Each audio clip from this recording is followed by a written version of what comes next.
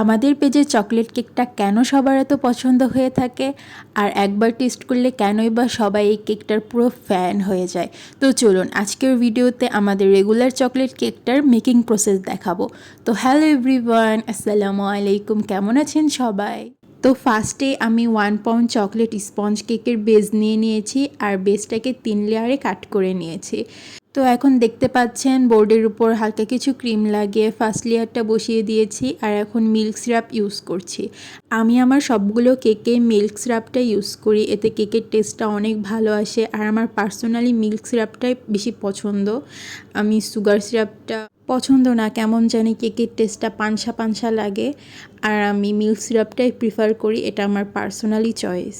তো এরপরে কেকের স্পঞ্জের উপর ডার্ক চকলেট গানাশ ইউজ করছি, এতে চকলেট গানাশ কেকের মধ্যে পুরো সোফ হয়ে যাবে, যাতে প্রতিটি বাইটে বাইটে চকলেট একটা ইয়াম্মি টেস্ট পাওয়া যায়। ভালোভাবে গানাশ স্প্রেড করার পর চকলেট ক্রিম দিয়ে দিচ্ছি।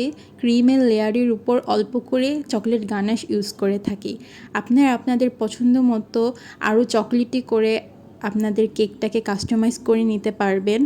যারা অনেক বেশি চকলেট পছন্দ করেন, চকলেট লাভাররা যারা আছেন, তারা চাইলে তাদের কেকটাকে আরও বেশি চকলেটি করতে চকো চিপস অ্যাড করে নিতে পারবেন।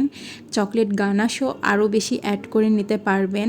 আপনারা আপনাদের পছন্দ মতো কাস্টমাইজ করে নিতে পারবেন আমাদের কাছ থেকে। আর ভরপুর চকলেটে ভরা চকলেট কেক টেস্ট করতে চাইলে অবশ্যই আমাদের পেজে চকলেট ওভারলোডেড কেকটা টেস্ট করে দেখতে পারেন। তো এবার ফিরে আসি আমাদের ভিডিওতে। তো দেখতে পাচ্ছেন সেমভাবে আমি আমার সেকেন্ড লেয়ারটাও কমপ্লিট করে নিলাম, এভাবে থার্ড লেয়ারটাও কমপ্লিট করে নেব। আর এটা ছিল আমার রেগুলার চকলেট কেকের মেকিং ভিডিও। আপনাদের কেমন লাগলো অবশ্যই কমেন্ট বক্সে জানাবেন।